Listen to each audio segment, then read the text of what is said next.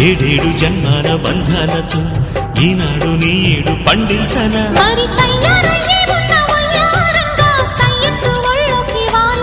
చూసుకొచ్చానమ్మా చూడు ఉత్సాహంగా చిన్నారి వన్నెల్ని ఏలంగా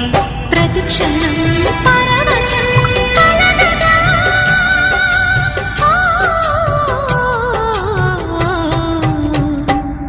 మనసా